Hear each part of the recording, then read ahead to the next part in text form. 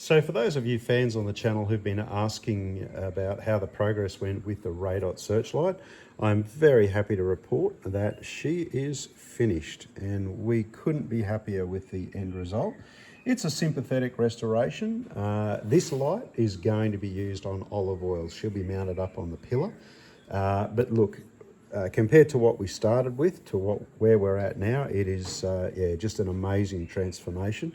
And as I say, I couldn't be happier with the results. It took us ages, a lot of work to get the dents out of the ring for the lens. A lot of work went in there, and also too, we have done quite a bit of polishing on this front glass lens. Unfortunately, there's some really deep scratches in there, and if we keep polishing, we're actually going to change the aperture of the lens and affect the way that the light actually leaves and passes through the lens.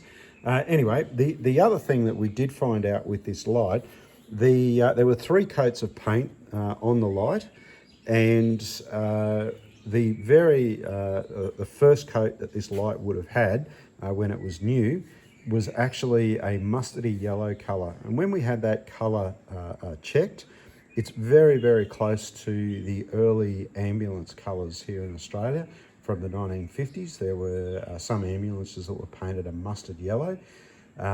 It had 2 other coats of paint after that, and one was a grey colour, the other one was a white colour, which was its final coat of paint.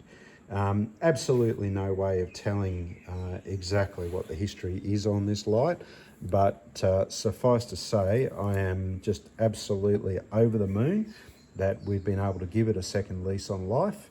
And yeah, as I say, definitely looking forward to mounting this one up on olive oil.